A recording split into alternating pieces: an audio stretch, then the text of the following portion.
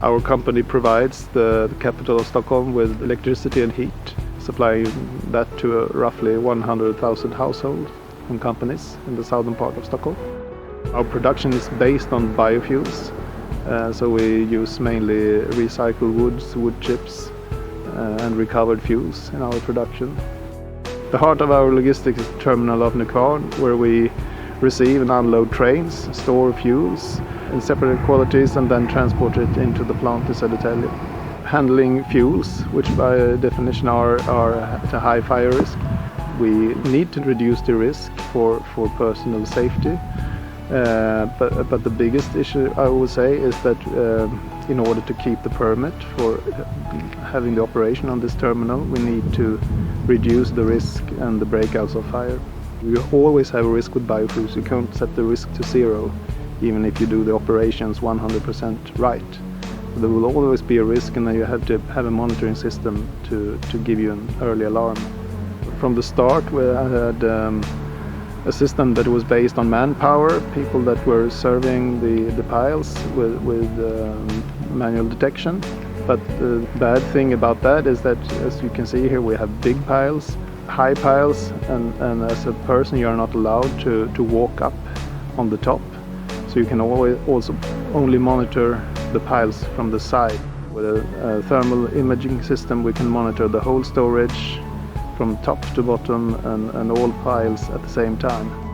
You can keep historical data and look at how things develop from day to day, from week to week, because we know that it's not the actual temperature today that sets if it's a risk or not. It's if you compare to what you have today back to a week ago or 2 weeks ago, that's where you find the risks.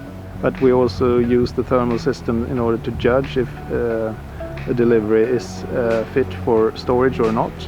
If we see that we have problem with heat or high risk fuels, we will take them aside and put them on immediate transport to the plant without storing them. If we detect the risk, I mean, we want to stop fire from breaking out, so we get the first alarms on a risk basis. Increased temperature. We get notified by SMS or email.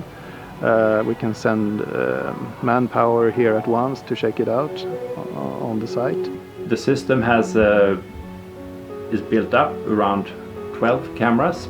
The cameras are automation cameras from FLIR systems, A615 cameras, which have 640 by 480 pixels. They are equipped with lenses with 45 degrees opening angle, and that gives a good coverage over the entire area. And by choosing this camera with a quite high resolution and with a good image quality, you get a reasonable or a very good coverage, and even the small hotspots can be detected. Due to the sophisticated video analytics, the software is also able to suppress false alarms, for example, from vehicles moving in the area. And this way the number of false alarms is reduced to a minimum.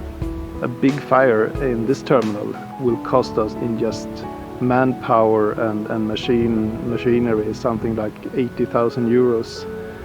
It's a lot of money. If you have it every third or fourth month, it soon gets very expensive. In the old days, so to say, there were people that would feel the smell of smoke. Now we are one step ahead. When we see something is going into a risky situation, we can handle it before it breaks out.